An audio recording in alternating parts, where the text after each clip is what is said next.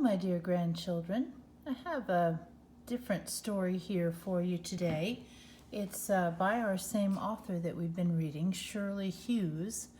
But this one isn't an Alfie story. It's a different story. It's called Daisy Saves the Day. We have a picture here on the front of Daisy, and you can kind of tell by the way she's dressed that she doesn't live in, well, she lived a long time ago, let's put it that way. She lived a long time ago. So Daisy saves the day. It's another little picture of Daisy. And let's see how Daisy saved the day, okay? There we are. Once, not so very long ago, there was a girl called Daisy Dobbs. She had a mum and two little twin brothers. So there's Daisy and her little brothers. And they were very hard up. That means they didn't have very much money. At school, the teacher said that Daisy was exceptionally bright. She could read and do beautiful handwriting and reckon figures in her head. She could do her math, her numbers in her head. But often when Mum was out at work, Daisy had to stay at home and look after the twins. She longed to have some books of her own to read, but they were too poor to buy any. Instead, she made up wonderful stories and told them to the twins at bedtime. Then the sad day came when Mum told Daisy that it was time for her to leave school altogether and go out to work too.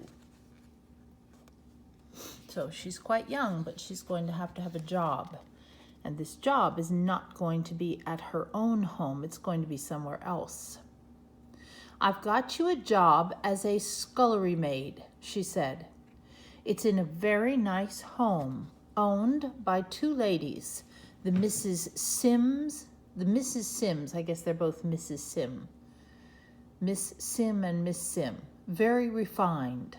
There's a cook and a parlor maid, so the work won't be too hard.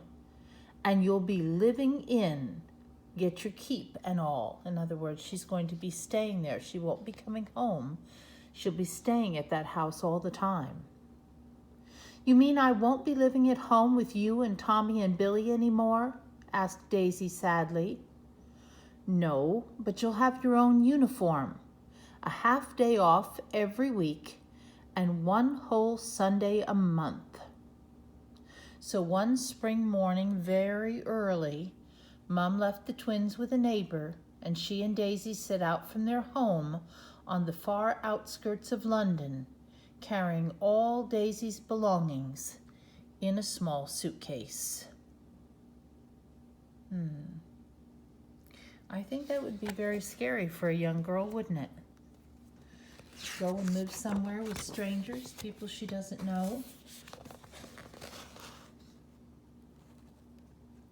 It was a very long journey into the city, first by train and then a weary walk from the station. At last they arrived at the house where the Mrs. Sims lived. It was a tall house in a row of other tall houses, with lace curtains in every window except for the attic. They went down the basement steps to the back door and rang the bell. The parlor maid answered. So you're the new scullery maid, she said, looking Daisy up and down. Bit young for the job, aren't you? She's a very good worker, said Mum anxiously. Well, you'd better start right away then. There's plenty to do, I can tell you.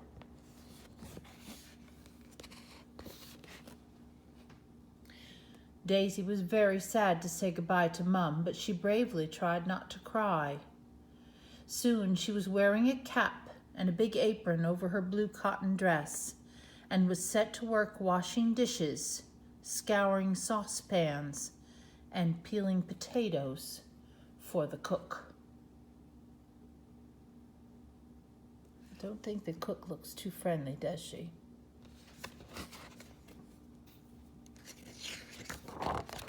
It's a big job for Daisy to do. Miss Jessie and Miss Margaret Sims were quite old. They sat in the front parlor by a big coal fire. When they wanted something, they rang the bell for the parlor maid, whose name was Ellen. This is Ellen here. She did a lot of running up and down the stairs, which made her cross.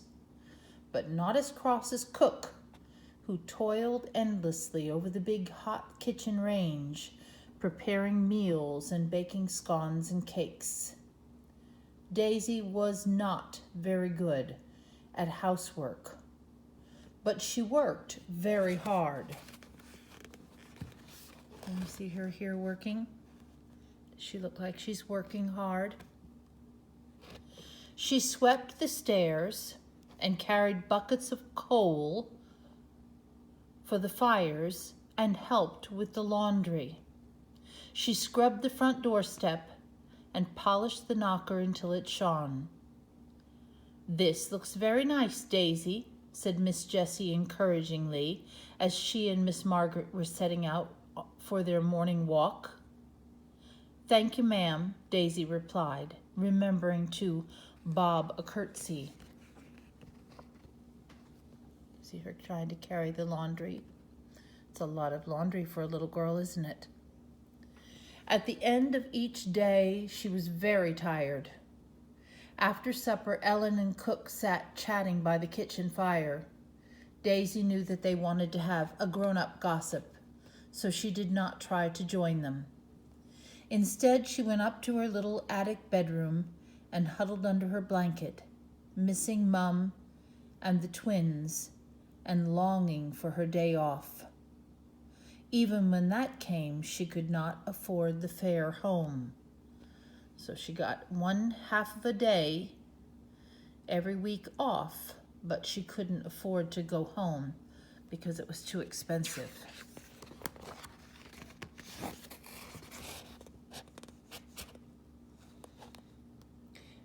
But now summer was on the way, and there was a great excitement in the quiet house.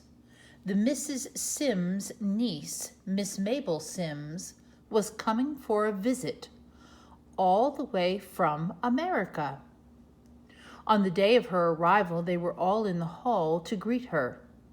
She was tall and untidy and wore her hat on the back of her head.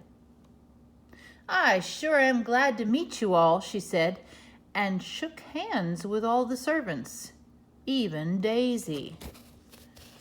See all the servants there waiting. There's Daisy and Ellen, the housemaid, and Cook.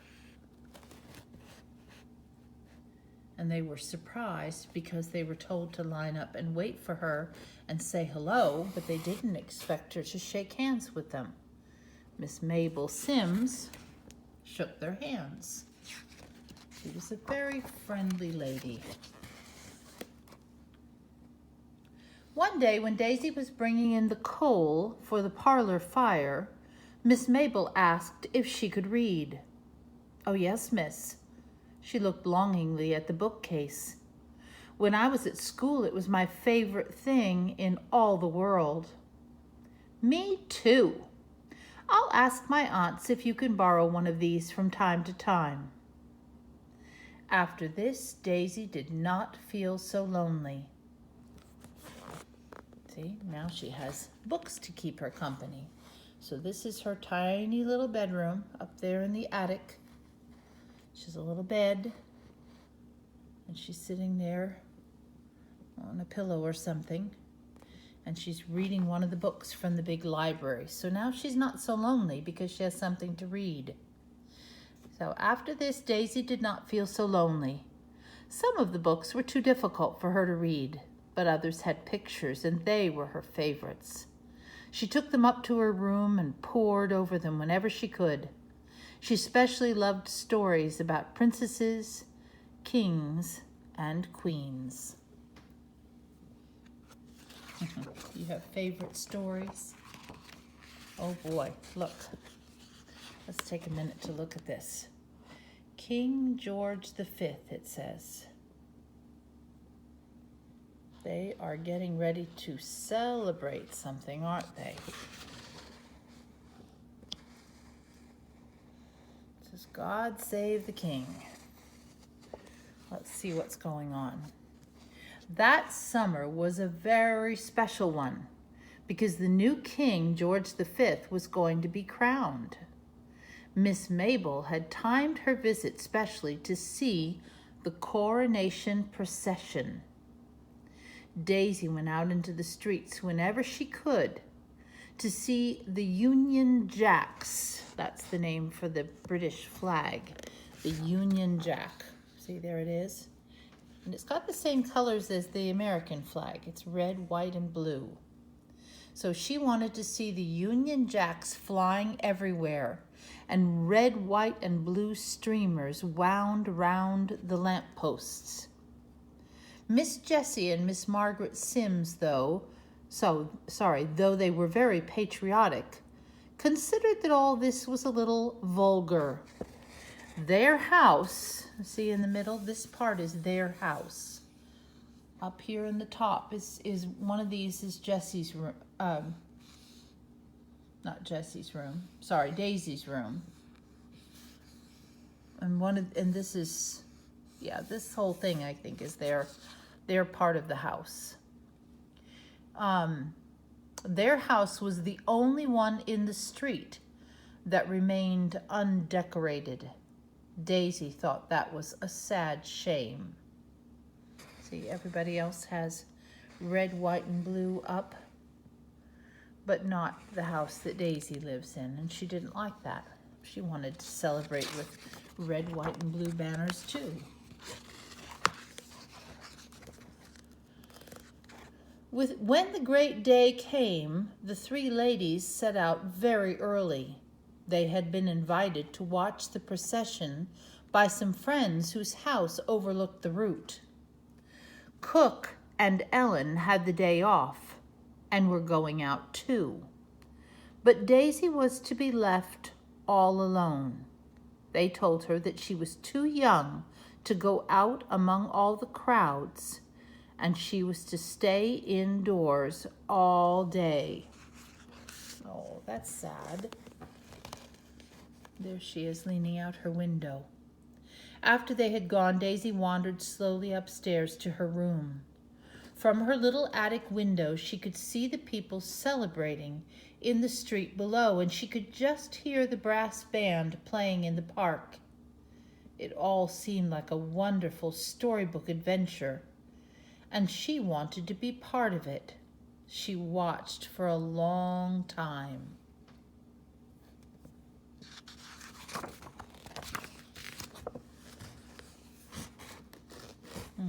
What's she up to now? Then she had a good idea. She went downstairs and found the spare washing line and some clothes pegs. She took out some white pillowcases and blue dishcloths, but she needed something red. The only red things Daisy could find were the scarlet flannel bloomers that the older Mrs. Sims wore in cold weather. It would kind of be like long underpants that would keep you warm under your clothes. Okay? And they were bright red. Daisy took them upstairs to her room and pegged them firmly on the line, alternating red, white, and blue. Right? Red, white, and blue. The colors in the flag, right? Now look what she's done. Then she tied one end of the line to her window catch and let the other drop. It hung right down in front of the house, fluttering festively in the breeze. Passers-by laughed and pointed when they saw it. They looked up and waved at Daisy, and she waved back. She felt she was part of the celebrations at last. You see all the people looking? Here's her line of washing. All the laundry there. And she's up in the window and she put that down, and now people are looking and see they're waving at her. And she's waving back and she says, see, now I'm part of the celebration. But But maybe it looks a little bit funny since the red ones are supposed to be bloomers. Let's see. Uh-oh. But when the Mrs. Sims came home that evening and saw their red bloomers hanging out for all to see, they were gravely displeased. Daisy would have been dismissed on the spot. In other words, she would have lost her job and sent home in disgrace if it had not been for Miss Mabel. Miss Mabel told them differently. She thought the whole thing was a huge joke and managed to persuade her aunts to give Daisy another chance. She's only young and she wanted to join in, Miss Mabel said. After this, Daisy was kept in disgrace. Ellen and Cook hardly spoke to her except to order her about, and they gave her all of the nasty chores to do. When her day's work was done, she was too tired even to read. So everybody in the house is mad at her, except Miss Mabel, and she almost lost her job because of the problem. One Sunday, the three ladies went out visiting. Ellen had the evening off, and Cook was settled in her chair in front of the kitchen fire. Daisy went miserably up to her room. It was chilly up there. She curled up under her blanket, shed a few tears, and went off to sleep.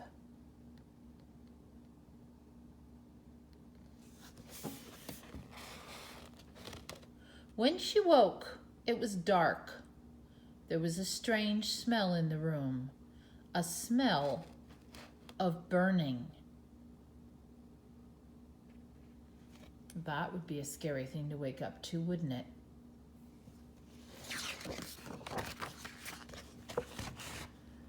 Oh my, look at all the smoke.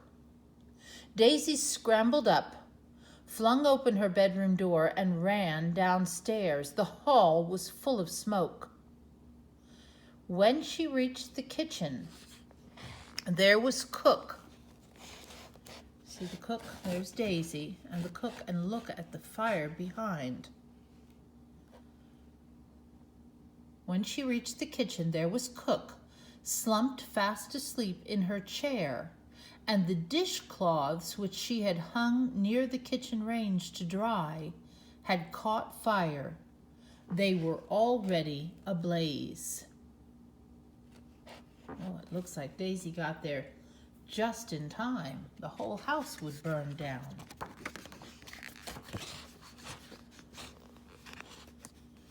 Can you see what's happening? Daisy's pouring water, and Cook is pouring water. See, there's the claws. They were put next to the fire to dry, but they did more than dry. They caught on fire, didn't they? It's really not possible for me to show you the whole picture at the same time. Let's just look at Daisy for a minute, okay?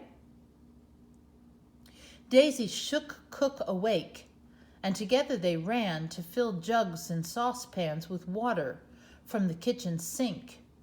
They sloshed it over the flames. There was a horrible sound, and the smoke made them cough. But they had caught the fire just in time.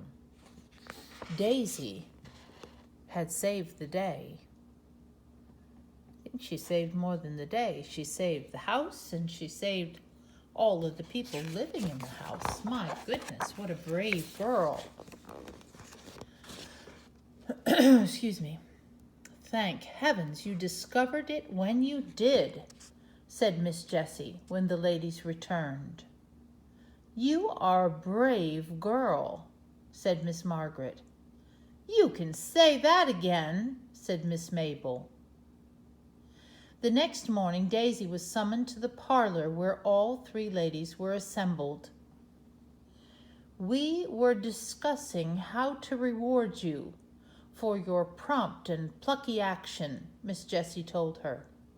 "Without it, this house would have been badly damaged, perhaps even with loss of life.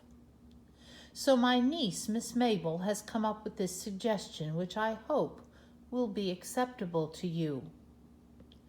As you don't seem very well suited to domestic work," in other words, she's not very good at cleaning. "I've tried my best, miss," said Daisy anxiously. "Of course, we know that. But it seems to me that you are better at reading than polishing and scrubbing. And we thought as a reward your mother might see fit to accept a sum of money from us to pay for your schooling." "You mean I could just go home, miss?" "Yes," said Miss Mabel. "You will be able to attend school again regularly, and if you do well, you might go to the grammar school next year." "So I won't be in service any more?" gasped Daisy.